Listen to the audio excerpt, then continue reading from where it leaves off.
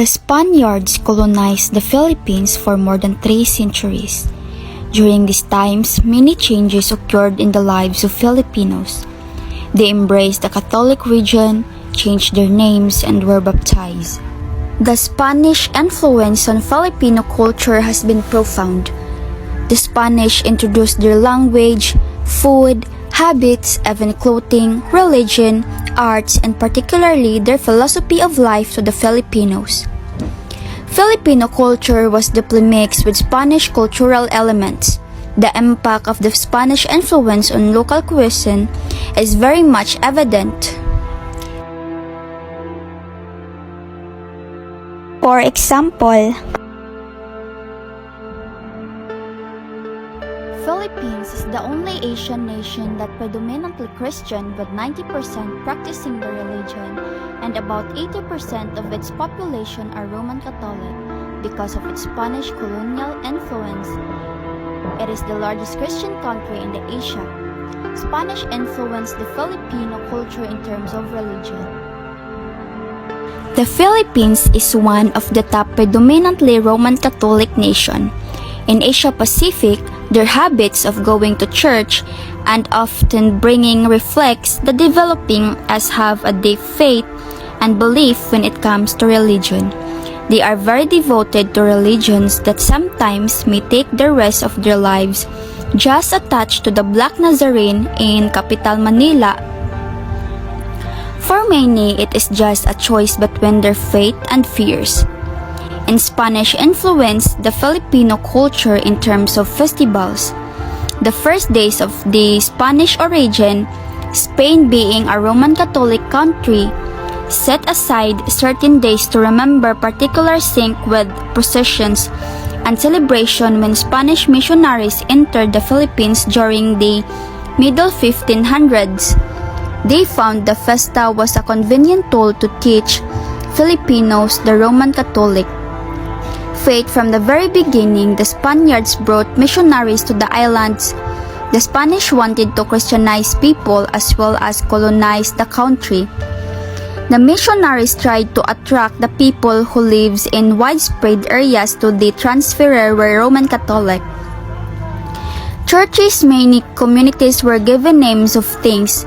Nearly all tiles have a patron saint to remember. In the old Ona mystic culture, regular let wool of ramos were made to locate the gods, and these offerings evolved into the vestas we know today. Missionaries hoped and expected that people would be drawn to the one participate in the colorful processions and religious dramas.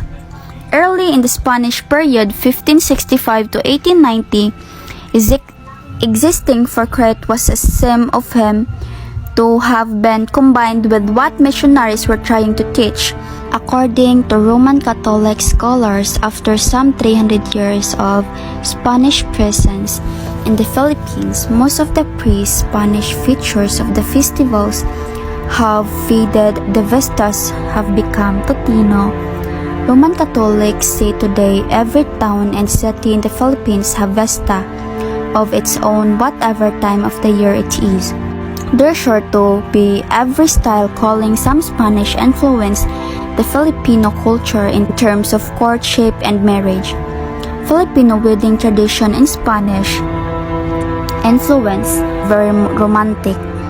When it comes to hot topics, serenading harana in Tagalog, it's one of the most popular forms of courtship to show that a man is very serious with his intention to a woman, as irony would require a young man to sing a love song in front of the young lady's house. Normally, he is accompanied by his male friend who are asleep upstairs. The man himself or his friend played the instrument, his holy guitar, which provides the background music. They will have to wait until the young lady opened a window to listen. It would be up to her if she wanted to invite them in for some refreshment and to chat after the song. Even if they had been asked to come in the shuttle, would not expect that he could have the chance of a private moment with his object of affection. It was highly likely that the bearers would also be to entertain the man, and his friend the Philippine wedding tradition of pocket apartment marriage proposal. You will be interested to know that for Philippines do not pop the question to the bride. They do not ask them, will you marry? Well, they prefer to say, let's get married. And if the girls say yes, they go ahead with the marriage plans during parking and uncle may ordering. Marriage and wedding customs. Filipino wedding traditions are strongly influenced by Spanish traditions. It is not only for Pinoy wedding costumes, but you can observe Spanish influence in all walks of life. It does not mean that Philippines loves Spain very much. In fact, that they have been ruled by the Spanish for more than 350 years. Fortunately, the Philippine wedding customs have not been allotted of the compromise in any way, and it is often ritually traditional. Every church has a culture, yours does. Mind us, if the culture is healthy, amazing things happen. People love being there, people grow, great leaders come and stay. Your church becomes attractive to the community and more fully accomplishes its mission. Now, these are some culture we inherit in Spain about Christianism. Offering.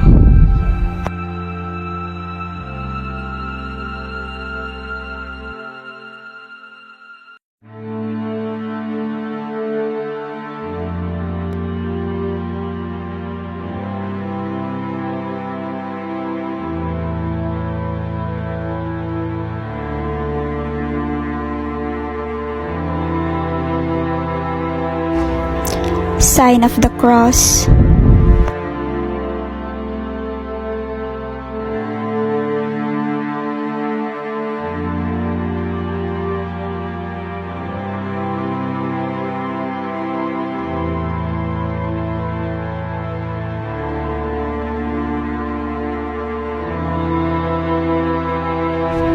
Bible.